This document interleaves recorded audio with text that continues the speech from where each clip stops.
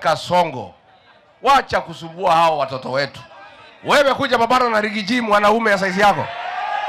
Ladies and gentlemen, the rate of extrajudicial killings in Kenya is on a rapid rise. Now, the Kenya Kwanza government said categorically that in Kenya, you are only guaranteed of freedom of speech, but you are not guaranteed of freedom after speech.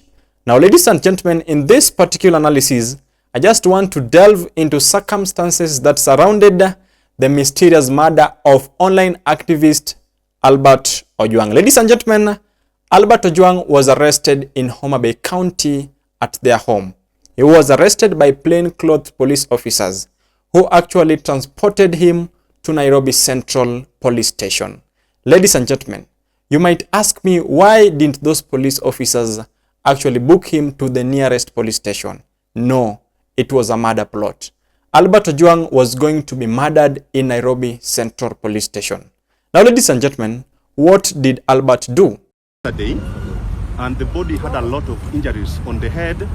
The body had a lot of injuries on the hand, the shoulder area, but the head was swollen all around. The frontal part of the head, the nose, the ears, generally the head was swollen. And there was a lot of blood oozing from it. Kijana alijigongesha kwa ukuta akakufa. Na I want to dare the IT of police. Ajaribu hata kujigonga na nyundo kwa kichwa yeye mwenyewe. Tuone kama anaweza ikitia kujigongesha mara mbili akufe. Na kwa sababu mimi nimekuwa kwa hiyo mikono ya polisi, mimi niko na uchungu mwingi sana ya kwamba polisi wamekuwa wakitoa statements ya kufanya hata familia isikie kilio zaidi. Kwa sababu wewe ukiambiwa mtoto wako alijiua na alishikwa na polisi ukaambiwa mfuate kutoka Homa Bay mpaka Nairobi, akimfuata na matatu na yeye abebwa na gari ya polisi, kama ni vile ameua mtu ama amefanya kitu baya, hiyo ni kitu mimi nasema shame on you. Albert Ojwang was arrested over a Facebook post that he made on Facebook that was actually criticizing the Deputy Inspector General of Police, Eliud Langat. Now, ladies and gentlemen, it is now becoming crystal clear that Eliud Langat is the one who actually ordered for the killing of Albert Ojwang. Ladies and gentlemen, this is Alois TV. In the event you are watching me for the first time, then please join my channel by hitting the subscribe button. To the existing subscribers, I want to thank you so much for supporting this channel. Now, ladies and gentlemen, I just want to inform you some of the reasons as to why the police decided to murder Albert Ojwang. Ladies and gentlemen, the statement that the police gave concerning the death of Albert Ojwang was actually not adding up. The police said that Albert Ojwang actually committed suicide by hitting his head in the cell walls. Ladies and gentlemen, Albert's father said that Albert was separated from other convicts. He was put in a separate room where he was allegedly tortured to death. Ladies and gentlemen, also, Albert's friend communicated with him, and Albert told him that he was very hopeful that he's going to be released on a bond. And that is the reason as to why I strongly believe that Albert was murdered by police in the police cells. Sielewi man.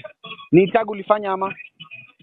Sielewi hata hajanieleza man. Wamekwambia unapeleka police station gani? Central Police. Hapa nje. Central Police. Yeah. Sawa, na haujakunyang'anya phone right? Haujakunyang'anya simu? Wamekunyang'anya simu? Ile kwa nafikisha ndio wamenirudishia sasa niongee. Wanadai aje, wanasema aje? Sasa nifike huko. Ufike Nairobi kwanza. Turudi Mei twende huko. Hello? Yeah.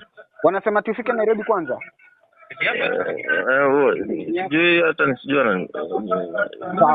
Condemn the gruesome murder of one Albert Ojwang at Central Police Station, Nairobi. I want to demand that the officers who committed this heinous act must be arrested and charged with murder, murdering one innocent man, Albert Ojwang.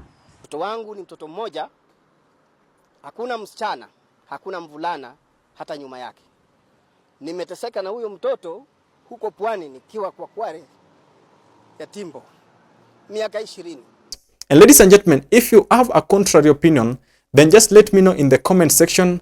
I'll do my best to read it and to respond to it.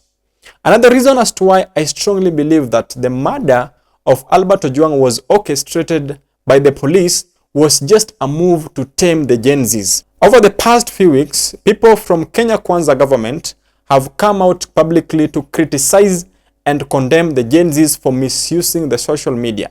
And that killing of Albert Ojwang might just be a warning to warn the Gen Zs that if they decide to misuse the social media, they are going to be killed by the government. And ladies and gentlemen, the police said that Albert Ojwang was rushed to Mbagathi Hospital where he was pronounced dead on arrival. But Albert was taken to City Mortuary when he was already dead. And the family confirmed that Albert's body was found in the City Mortuary. And that is a murder plot by the police officers. The police officers were supposed to be enforcing law and order in the country. Ladies and gentlemen, if you are Team Kumi Bila Break, I just want to pose a question to you. Is this the kind of government that you want to give the second term, to get back to the office, to kill more Kenyans? Ladies and gentlemen, you know very well that the same police who are supposed to be maintaining law and order during the Gen Z's demonstrations are the same police who shot the Gen Z's dead.